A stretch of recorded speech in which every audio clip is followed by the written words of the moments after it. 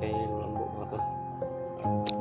Hindi lang kami kumuha ng video kasi sabi ni Lulambo sa amin na hindi daw po muna kami mag video para may mga sinabi sa amin na hindi malaman ng iba, marinig ng iba.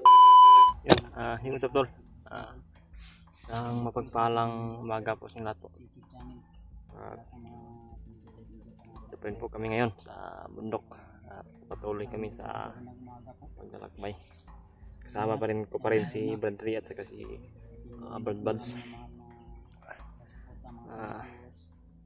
Welcome po ulit sa ating YouTube channel mga tol.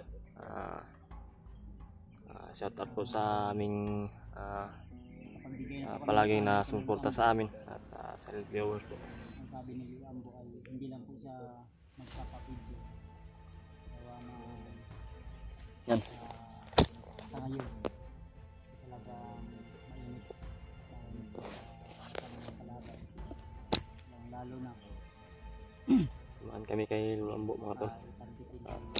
Hindi lang kami kumuha ng video kasi sabi ni Lulambo sa amin na hindi daw po muna kami mag video para may mga sinabi sa amin na hindi malaman ng iba o marinig ng ibang may mga sinabi sa amin na importante at saka mahalaga. Kaya nirespeto namin yung kuan ni Lulambo, yung request niya na mag-usap kami apat.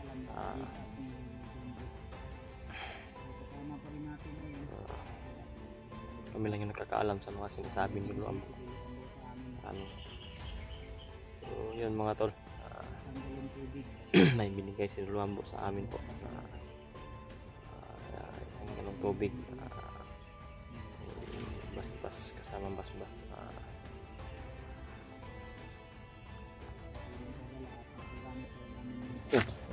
dito kami yun sa malayo.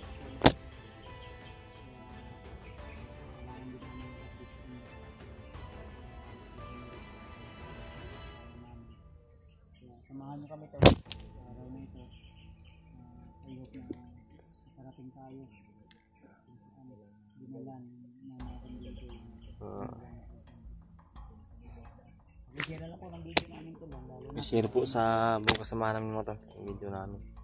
At sana po ay tingnan nyo po yung bawat anggulo namin sa video kay Brad Buds at kay Bradley at sa mga kasamahan namin para malaman nyo po kung ano yung mga buong pangyayari at mga nangyayari po. At di po namin makakalimutan po yung inihiling namin palagi sa inyo mga tol. Pagdasal niyo po kami palagi sa aming kaligtasan sa paglalakbay at sa patungo doon sa pinaroroonan kung saan ang asawa at anak ni Bradley. May mga nagsabi rin na bilisan daw namin sa paglalakbay pagka ipapakain na daw yung anak ni Bradley sa ahas ni Bagnot.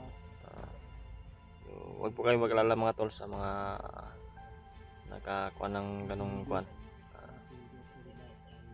Di lahat ng plano ni Bagnot ay natupad po kasi yung iba ay parang paing lang ba para umagat kami at magdali-dali kami na patungo doon. Kung magmadali man kami mga tol, parang yung buhay namin ay nilagay namin sa alanganin po. Dapat talaga dito mga tol sa aming paglalakbay dandahan at timing po yung dapat na gawin po kasi di lahat ng sabi-sabi ng mga bandido at mga alagad ni Bagnot ay totoo po kasi yung iba ay parang paing lang ba para kumagat kami sa kanila at lumapit. So, isipan na po namin mga tol yung mindset namin, hindi talaga magpadalos-dalos at dapat ay humanap ng simpo at timing pag-atake o ano man yung mga dapat gawin. Ang lalo na po kasama namin si Buds ay sigurado na makokontrol na po yung mga plano. Siya yung kukontrol sa amin kung ano yung bawat ano yung gagawin namin, ano kilos na ikikilos namin po. Lagi kami mga video. Brad Buds. May babala din si Lolo Ambo para sa amin. Lalo na sa mga dati po katanangan ng sinabi ng Lolo Ambo sa sinisiraan daw tayo sa mga supporters.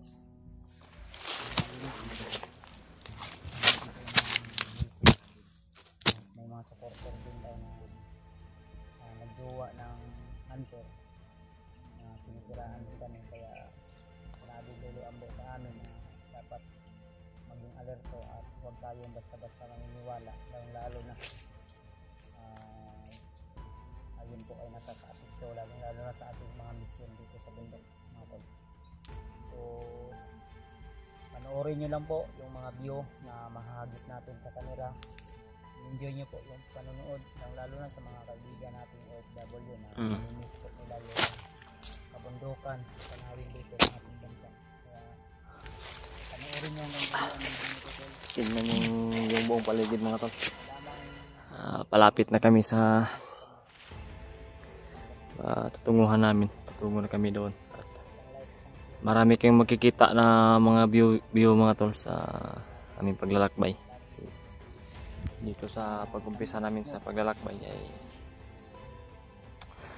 hindi pa rin mawala yung pangamba namin na baka may mga humarang. Si Brad Buds na po yung magpasya kung kikitil kami ng buhay ng bandido na humarang sa amin o iiwasan lang namin. So, salamat sa iyo, ma'am, sir. Thank you so much sa panilas protection sa lalo sa init itong ano. Nindot akong rival na. San Brad? Sunglass ba? No? Bigay ni, hindi ko na lang palang pangalanan. Dahil ang sabi niya sa akin na dati niya sa Brad ko. Protection sa mata ba dahil yung matutulis kasi yung mga damo dito sa bundok. Maganda talaga na may Ray-Ban. May shades ba? So, salamat sa iyo, sir, sa iyong ano, binigay na sunglass. Brad, saan yung salamat, more blessing, more galon na binigyan ng Ambo? Ano talo? Galon.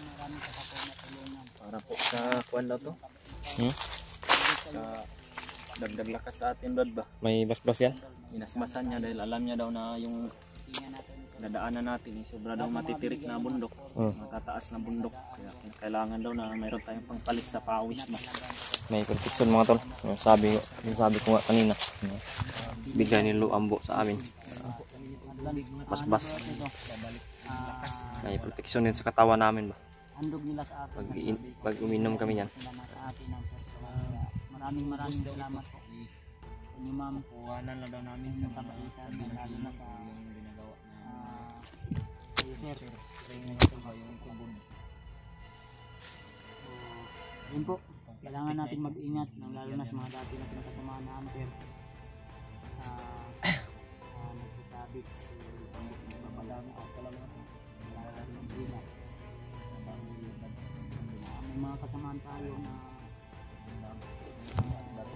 kumbaga naiinggit sa atin.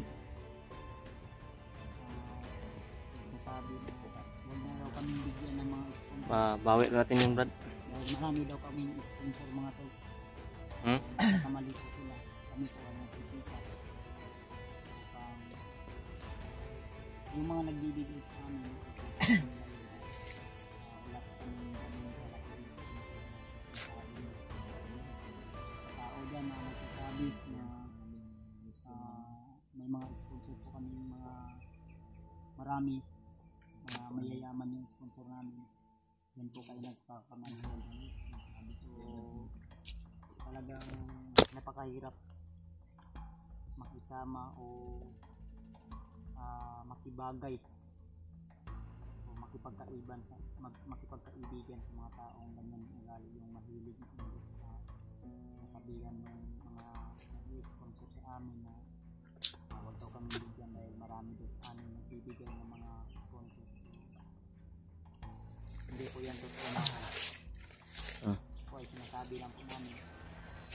Ito rin nagbabala sa amin po nakinig ako sa importante na sinabi ni Brad sa mga supporter natin. Sulit na sumuporta sa amin to.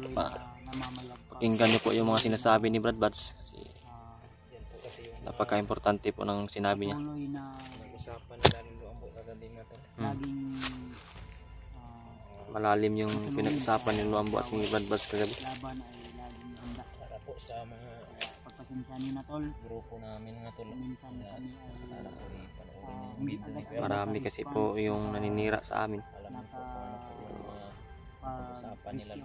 Wala na kaming pake po sa mga naninira sa amin mga tol. So kung alam niyo lang kung gaano rin kahirap Hindi naman namin sila nararanasan sinisiraan. namin sa panahon Kung ano man yung mga sinasabi nila. namin kasama sila dyan. Basta yung pinag-usapan Yung nila iba hindi nakaintindi Brad at ni Luambo dahil ay nakapokus sila sa iba. yung tungkol sa Hindi mga nasundan yung mga naninira sa amin. Kaya At panoorin sa niyo po pamilya ni Brad isa-isa na yung bawat kasama may sinabi si Luambo para na alam niyo rin kami lang yung kung bakit nakakaalam hindi mga tol. kami nakakapag-uusap. Ang Kasi nirespeto namin yung comment na request ni Lolo Ambo na hindi kami mag-video talaga. kaya raw ganyan nangyari sa pamilya ni Dan. Marami yung mga Dahil naiinggit sa amin. Ni Lolo Ambo na tol. Kaya sabi ni Lolo Ambo ay huwag na namin pansinin po at hayaan na lang. hindi namin agad hindi din kami Yung Panginoon lang yung bahala sa kanila. pura mismo hindi kami magpapahinga, kailangan din namin magpahinga upang Sana ay Meron nga po ako mga mahimasmasan din yung pag-isip nila. magandang balita. buti na mga lang tol, nandiyan si na Lolo Ambo Sinabi ni Lolo Ambo sa amin. hayaan Kaya natin huwag po kayo mag-alala mga tol, no? Dahil hanggang sa ngayon, ligtas pa rin po yung asawa at anak ko. Oh, yun yung Kailangan lang po namin maligtas dahil parang lumiliit na lang yung araw nila mga tol. Dahil malapit na daw maubos yung pasensya ng mga kalaban sa amin. Hmm. Dahil sobra na nilang ang importante din tol kami inaapakan na Galit. tao. sobra na yung galit nila sa amin mga tol. Patuloy po kami kung ano po yung Hindi po nila kayang mga pabagsakin. ginagawa namin. Ang maganda, ang Salamat importante po ay kami. ini-enjoy po Kay namin Lolo yung Ambo mga at sa ating Panginoong Diyos. paglalakbay na namin gumagabay sa kahit amin mga tol. maraming problema at pagsubok. Nagbibigay ng lakas. Kakayanin natin dito. Hanggang ngayon, Hindi dito lang pa rin. natin. Malakas Lalo na pa kayo rin dyan yung tol. Enjoy nyo lang po loob ang namin na video namin. tama po yung mga pagkakamali na ginagawa nila sa Huwag bundok. po kayo mag-alala. Mag-iingat at mag-iingat po kami. mainit na yung Sa sarili namin mga tol. Sa ganun hindi po kami mahuli. manok ihalas. Oh. Ligaw na manok yun ba? Mataas na kasi yung bundok Naman, dito mga tol. ninita. Ilan tayo Brad? Tama itong relax na. Mataas din kasi yung Tol, kayaan na natin yun. Kaya natin to Brad. Mm. Kaya lang po tayo at ang sabi ni Lolo Ambo sa amin, huwag kaming maniniwala sa mga sabi ng mga bandido. Hmm. Sinasabi nila na ipakain na. Dahil palusot na nila yun o mga Yun lang. lang ba? Para kumagat tayo ba? Para pahinaan tayo para hindi natin patuloy na hanapin. Yun mga tol, yung sabi ko nga na Kaya tuloy lang tayo. kung maniniwala kami sa mga sabi-sabi nila ay parang nilagay na namin yung sarili namin sa alanganin. Hindi kami magpapa-apekto po sa mga sinasabi ng ibang bandido po. Para hindi naman talaga kami na-apektuhan sa mga sinasabi nila. Kasi yung pananalig namin sa Panginoon ay napakasolid po. Tulad ng suportahan nyo sa amin mga tol sa buong Team Pugi ay napakasolid po. At maraming salamat talaga sa Shoutout sa Ate Jennifer. Salamat sa iyong support. Ah. Pagtitiwala. Ate Jennifer. Shout out po yan dyan ate. Salamat talaga sa suportahan mo palagi sa amin. Yan mga tol. Nag-umpisa na yung paglalakbay namin. Yan.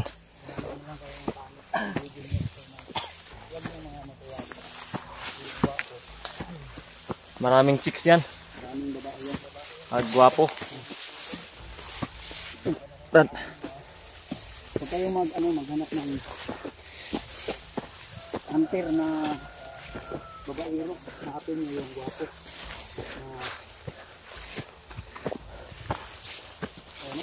Ha? Ang sarap ng bundok. Ang sarap sa mata tingnan ba? Dito kami pinadaan gulo ang ulo. madali ba to? Ano? Ito yung madaling Sinadya talaga ni Lolo Ambo na dito tayo pinadaan, Brad. Kahit pawisan tayo ng marami, may pang balik pawis naman. Binigay niya sa atin. Isang galong tubig. daan na madali tayo maabot.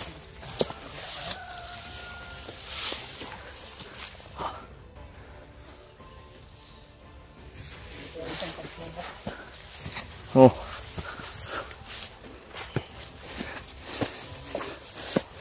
Yung kanta na pagsubok ba?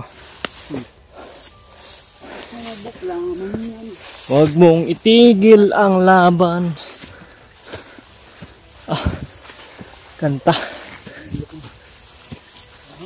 At anong pagsubok ay may solusyon yan. Yung naalala ko yung tuloy sa nag-aral ako nung una na sa math, pag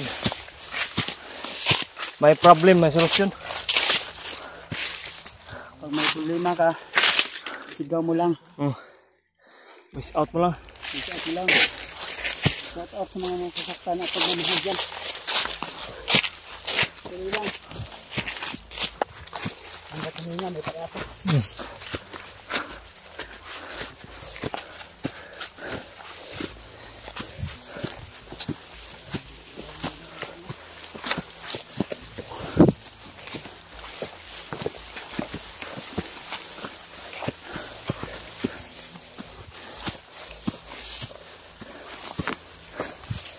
Tignan nyo yung paligid mga tol. Yung view.